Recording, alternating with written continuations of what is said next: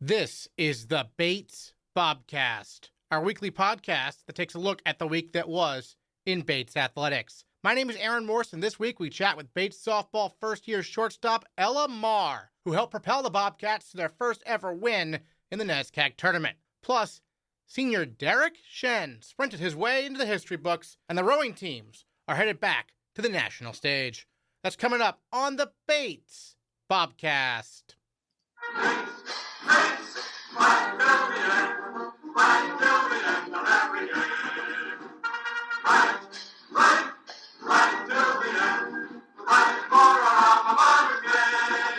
On Friday, the Bates softball team defeated Amherst 1-0 in the NESCAC quarterfinals, hosted by Tufts University.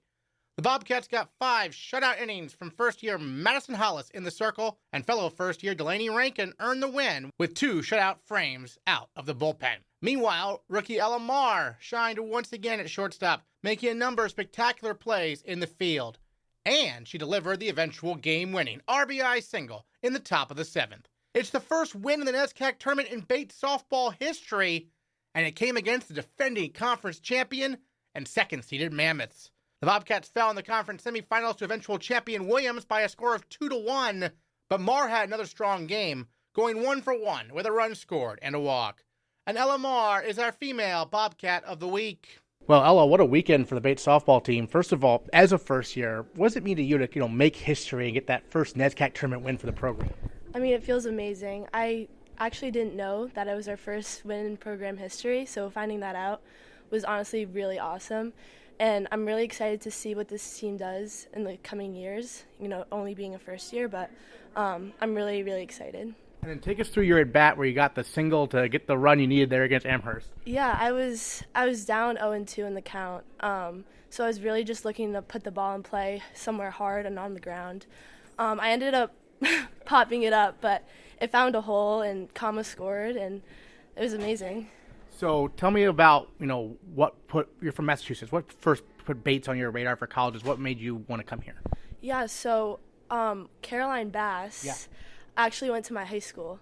And my high school coach, when I talked to her about recruiting, she was like, one of our best players here, she went to Bates. I think you should really give it a look. And I did. I did a lot of research on the school, thought it was a good place for me, and reached out to the coach. And now I'm here. Did you talk to Caroline at all about her experience? I had texted her a little bit. I never got to play high school with her because she was a little bit older, but she had nothing but awesome things to say about the program. So you play shortstop. You made a number of highlight reel plays this year. When did you start playing shortstop kind of growing up? How did that become your position?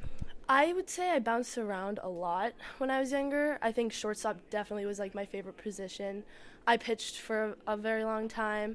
But I love shortstop because I feel like you're always involved in every play, whether that's, covering a base, getting a cut. But yeah, I love getting dirty. I love how much ground you have to cover. So shortstop was definitely the position for me. So of all the highlight reel plays you've made, what's your favorite this year? That's a good question. I would say there was a ball hit up the middle in the Williams game, and that I dove for and then tagged the bag with my glove. I would think that was probably my favorite. I also love how the team gets really excited about all the defensive plays. What was that like? Have everyone so hyped up like that? It's amazing. I remember Kama gave me a big hug. She's just been my biggest hype man, and I try to be that for her as well. So it's really nice having senior leadership as well. That's a good point because Kama plays third. You're at short. Yeah. You're working together kind of on the left side of the infield. What's that dynamic like? Kama gets every ball, I swear. She's just she comes up and gets balls that are hit in the middle that I wouldn't have time to make the throw for. She makes some crazy backhanded plays. So having that leadership on the left side of the field with me is it's amazing. I was talking with Kama last week. She said the team really takes pride in the defense this year. How big of a key was that to all around for the success, right? Absolutely. I mean, our pitchers have kept us in a number of games, very low-scoring games. They've been phenomenally all season, and having pitchers as well as defense to back that up has been huge. And so looking at the Williams game, you had to go up against their ace again. I mean, that's also a tough matchup. I mean, what's that like from a hitter's perspective? Because I would not want to face her. Yeah, We watched a lot of film back on our games against her. She has very good movement, and I guess the game plan was not to swing at, the pitches above our head because she definitely got us a lot on those. So I think just like being steady in the box, knowing the pitch that you want to hit and waiting for a pitch, lower at the knees and at the belt was really what we were looking for. And I think it definitely worked against her in the game, but sometimes it doesn't go your way. Well, it was so close, right? Yeah. I mean, and how encouraging is that to see for the team as a first year to see you not only beat Tufts this year, you beat Williams also and during the regular season, but also hang with the best of the best, right? I mean, I think that's huge for our team and for this program, just seeing like the strides that we've taken this year and sort of seeing where that will lead next year, because I think we have a good group of girls coming in, a lot of returners since we are such a young team. So really excited. And then, take us back a little bit further. We touched on, you bounced around different positions, sort of. What got you into the sport of softball to begin with? Kind of, did your parents, get into it, or how did that work? My dad played a little bit of baseball growing up. And also I had a lot of friends that played softball. I started at a pretty young age, like I think I was around 6. And so I joined a rec league with one of my friends because she had been playing for a little while. And then it kind of went from there. Looking back on this year, what do you think you'll kind of take away from it, overall, and like most memorable games, and the experience in general?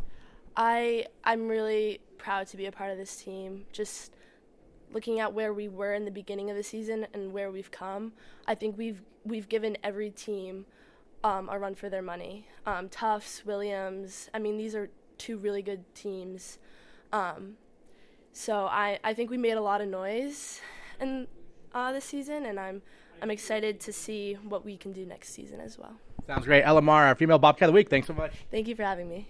In track and field, the Bobcats head to the Open New England Championships over the weekend and turned in a number of impressive performances against teams from all 3 levels of the NCAA. On the women's side, senior captain Jill Richardson took 3rd in the 5K with a new personal record time of 17 minutes, 4.68 seconds. Meanwhile, junior Chrissy Amon moved into 5th place on the Bates all-time performance list in the 800 meters, placing 7th in 2 minutes, 13.61 seconds. For the men, senior Derek Shen starred for the Bobcats, advancing to the finals in the 100-meter dash with a personal record time of 10.80 seconds. He lowered that time to 10.74 seconds in the final, good for 4th place. And Derek Shen is our male Bobcat of the Week. Well, Derek, Open New England's a unique experience. You get to compete against, runners from Division I, Division II, all levels. What was that experience like? It was a fascinating experience, one that I've never experienced, really. It's the largest meet I've been to in terms of just sheer size. There were like 20 plus schools there. Like you said, spans across Division I, II, and III. I got to see big schools like Northeastern, Boston University, Harvard, Dartmouth. These like very impressive athletic schools really compete and sort of see, what their training and what their warm-up, what their routines are like. So it was a great experience all around. I was very fortunate to be able to race very well. Yeah, I was going to say, on Friday, you qualified for Saturday's final, right? So take us through the qualification, the heats, and when you found out you were fast enough to get into that top 8. Yeah, Friday definitely was a magical day. So the week leading up to this meet, I just kept telling myself to not expect too much. As one of the slowest seeds going into the meet, I was seated at 23rd out of like maybe 30 runners going into the meet. I knew I couldn't expect that much. I ran a time of 10:88 going into the meet, which is on the dot of the time you need to qualify for the meet, 10.88. So I just really to not expect too much, to not get too down, to not to put too much pressure on myself.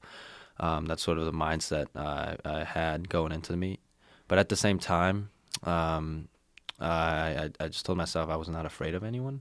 I knew I had the capability. I knew I've been improving steadily throughout the season. I knew I have the speed. I just wasn't really I didn't have any fear at the same time. And on race day on Friday, fortunately, some of the really fast people maybe one or two really fast people didn't race. So that was one of the like positive conditions just going into the prelims. And for my heat, I was the last heat. The previous few heats had experienced heat 2 and 3 had some headwind, and for my heat, the headwind stopped. Fortunately, so that gave me a big confidence boost going into blocks, like not feeling wind blowing in my face. And there had been a false start in my heat as well. One of the top seeds false started. So that, again, gave me more confidence. I feel like I could really just compete with any of these guys. And the gun went off, and I hit my drive phase. Took about 12, 13 steps, got up, started moving my levers quickly, and I didn't see anyone around me. That was a really good feeling. Whenever I don't see anyone around me, when I'm upright sprinting, I know it's a good sign. And, at the line, I leaned, looked over, I was on par with the top seed, like one of the top seeds. So I knew I had to run a fast time. I went over to the scoreboard, just anxiously waiting for the results to come out. Coach Johnson was there too, just standing there watching the scoreboard. And the results for my heat came out, and I saw a 10.80, and that was a 0.08 PR for me. Yeah. So it was a good time, but I didn't know if I would get in. So we anxiously stood there for another a couple minutes to wait for the complete results to show up. And then it did, and it said number 7, Derek Shen, or 7 Shen, 10.80 Bates. And I've never seen Coach Johnson that excited. He jumped up, punched the air, and rightfully so. And I was very happy as well because I later learned that I'm the first male Bates sprinter to qualify for the final at the Open New England Championship. So I think that's a great accomplishment. I'm very proud of it. Awesome. And then in the final, you had the wind at your back, right? You cut some more time off, but I guess because of the wind, it doesn't necessarily quote-unquote count, or how does that work even? Yeah, so for qualification purposes, like in the International Athletic Association, the official wind legality limit is 2.0 meters per second to count for like records and so forth. But in college, that goes up to 4.0. So the wind I had behind my back was 3.0 meters per second. Okay. So it counts for qualifications, qualify for nationals, and any other meet, and it would go on my online track account.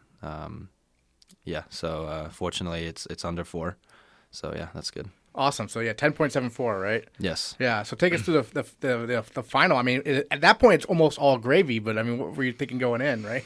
Yeah. So for the final, I had just ran the 4x1 relay. That's right. Right before. So there was an hour turnaround. The 4x1 went pretty smoothly.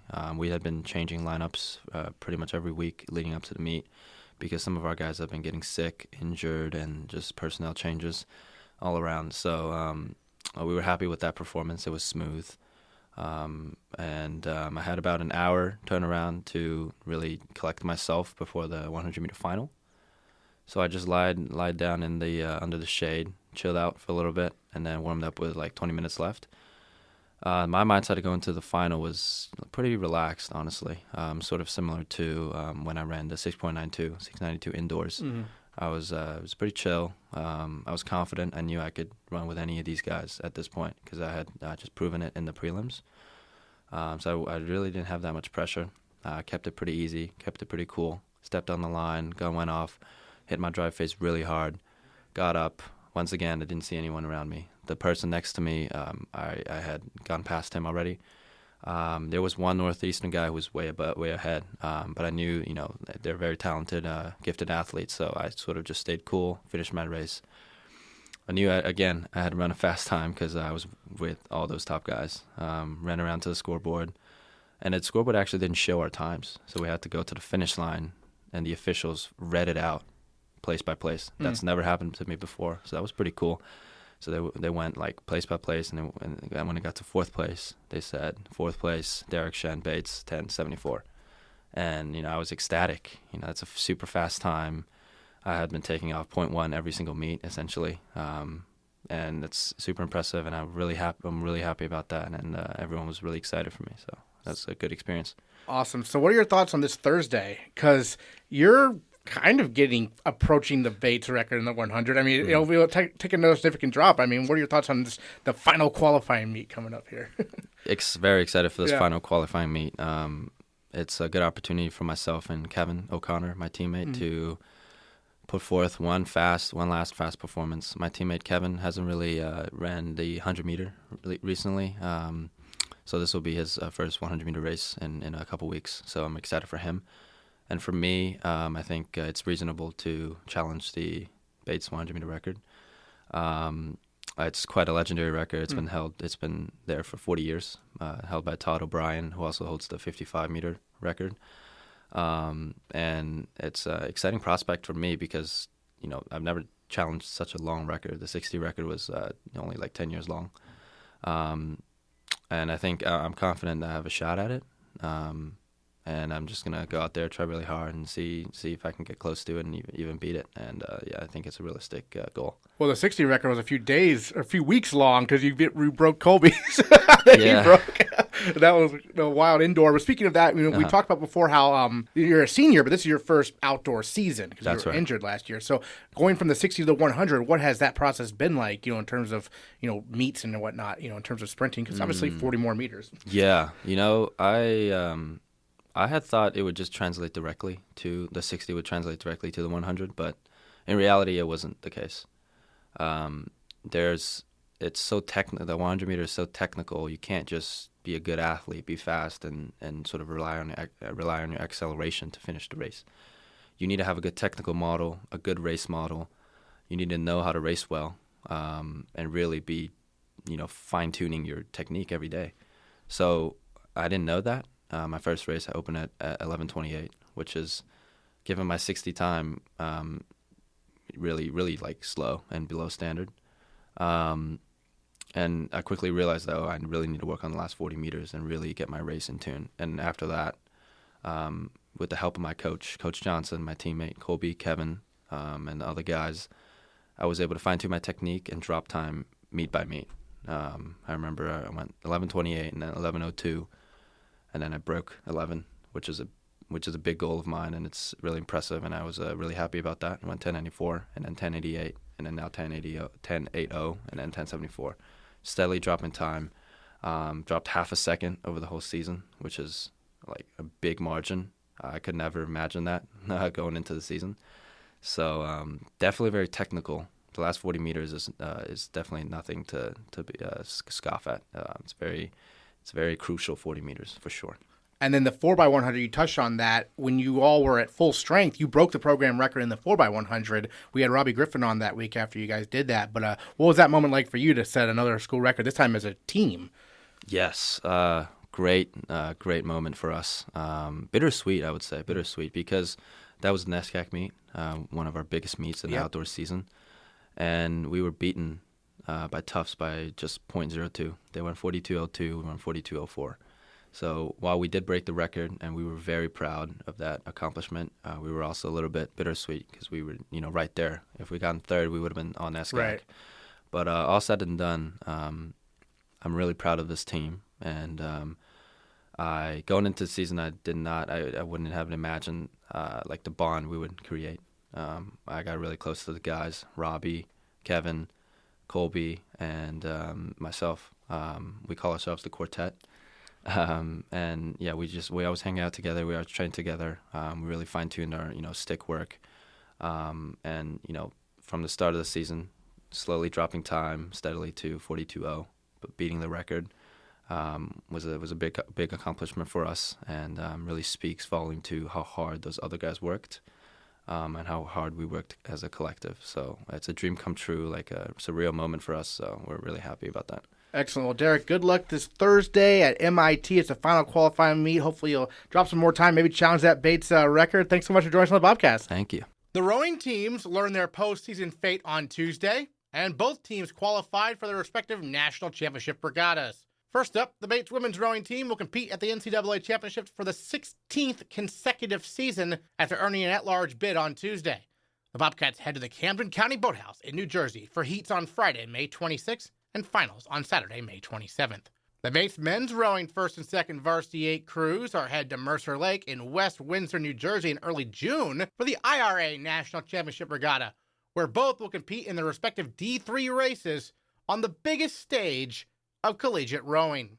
Head coach Peter Steenstra reflects on the season so far and the challenges the Bobcats will face starting late next week. So, Peter, for you, I mean, the women's rowing team normally automatic qualifier. This year had to sweat it out a little bit. What was the maybe experience like having an actual watch party here for the selection show? Luckily, Bates' name came up first. Yeah, that's when it really pays off to be in alphabetical order. But no, I mean, obviously I'm behind the curtain a little bit with a few of these things, so I did know a little bit ahead of time. I got some forward notice. But it was a lot of fun for them to see it, and certainly we had it's nice to have a chance to do it here in the team room at the boathouse, and that's pretty cool. And it's a fun way to find out, right? And the team, I mean, at least since I've been here, this is kind of a rare situation where you're kind of the underdog a little bit going in. Now, what's that like for you as a coach, in terms of making adjustments and trying to surprise some people perhaps? Yeah, it's a fun place to be. Yeah. It certainly is. You get to go into a major regatta, and you're not wondering or second guessing if you can just maintain where you've been, right? There's a lot of stress when you're going in as the top ranked crew, all that expectation and build up, and just ask the Boston Bruins, right? They have a good idea of what this feels like. But yeah, we've been in that position before too, and so this has a real we've got nothing to lose sort of taste to it as we go into it. And we're trying some different things with the lineup, and we're moving a couple people around, and the entire team is being really open-minded about the whole thing and willing to try some stuff out. And we're just looking for whatever might be lying underneath that last rock. Is there a little bit of something that clicks in really easily for us and really makes a boat go? And I think we're discovering some cool stuff. When you look at New England, you look at NIRCs, it seemed like some crews, especially Williams, made some adjustments from one championship to another. What did you notice from some of your competition, perhaps? Well, it's a NESCAC, so everyone's very well coached. Yeah. They're very well prepared, and the coaches that are there know which regatta is the most important one. Sure. So when we got to NIRC, we certainly didn't take anything for granted. And if you look at the results from New England, you'll see that, for instance, the third fastest crew of the day was actually in the third level final, was Trinity. They had one of the fastest times of the day. Now, how they landed in the third level final, I didn't look back to understand all that, but we knew going in it wasn't going to be just us and Wellesley and maybe one other trying to battle it out to see who got medals. We knew it was going to be a challenge. So believe it or not, we landed in an appropriate place, and it was the right amount of kick in the tail for us to make us realize, okay, we can't just roll into this thing. We got to make sure we know that we've done everything we can. And then a little bit about the location of NCAA's this year for the women. It's New Jersey, but it's not where you've been before. So tell us a little bit about where you'll be competing. Yeah, it's in Cherry Hill, although they have another name, Pensawasson or something. Yeah. I've never heard that name before, and I raced there 4 times. I took probably 6 or 7 crew teams there. 4 different things. Yeah, I mean, but since the last time I was there, they've built a big boathouse, which is there for the entire county there, and they dredged it, so it's a whole new piece of water as compared to when I was there last. It's been many years since I've been there. So it's a good race course. It's safe. It's very well protected. Just like anything, if you get that wind right out of the proper direction, straight up or straight down, it's going to pick up like any other place. But in general, it's a nice race course surrounded by, you got a whole park on one side, and then you got an 8-lane highway on the other. So it's a nice race course, and I think we'll have a good time there. And then, so that's NCAA's, that's late May. Then the next weekend, you're at IRA's for the men who qualified today. We found that out via email that they were in. Obviously, they're in an underdog situation a little bit also. But the exciting thing is, not only does a 1V have a D3 championship, so is a 2V this year, right? Yeah. So this is the first year for that second 8 to have an event. It's an interesting event, but you got to start somewhere. When you start adding events to these big regattas, but it is 7 boats, and it's going to be a 7-boat race for lanes, which is what they do. So we're actually going to have the exact same race with the exact same crews twice. Right. So the first race is to just get a proper lane, and then the second time we race, the final itself will be the same 7 boats, but in a different order according to how you finished in the first race. Okay? Sounds a little bit silly, but so much can depend on the weather conditions and which side of the race course you may be on, and it's difficult to accurately rank the crews just because you have bodies coming in and out and all that sort of thing. We need to find the fastest crew on the day, and that's what this is all about. Plus, if we're going to do all this, we might as well get 2 races out of it. Yeah, certainly. It's interesting. Are the lanes for the initial race 4 lanes then chosen randomly? Not chosen randomly, they are ranked Okay. based on previous Okay. right? Yeah. Based on previous results, but by racing on the day and then setting everyone up for the most accurate and proper final race the next day. That's what this is about.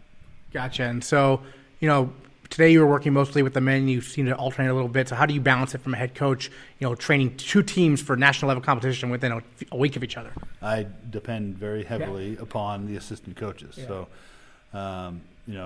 Kean and Carly both know what they're doing. And when Carly and I take off on Tuesday to go take the trailer down and get everything set up for when the women's team arrives on Wednesday, Kean is here running the guys for that week that I'm away.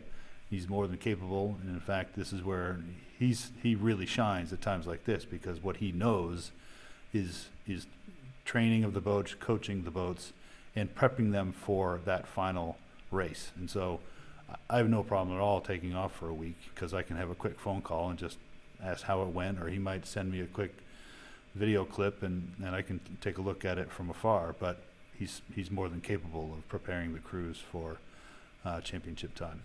Great. Well, I guess last question. You often compared rowing to chopping wood, just being repetitive, and so what's there could be a little more creativity though in the chopping of the wood to prepare for this. Let's just say we're going to sharpen the axe. How about that? Sounds like a plan. All right. Peter Steenstra, thanks so much. Thanks.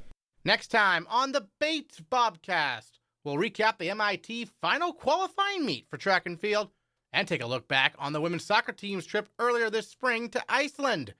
All that and more next time on the Bates Bobcast. Bates, Bates,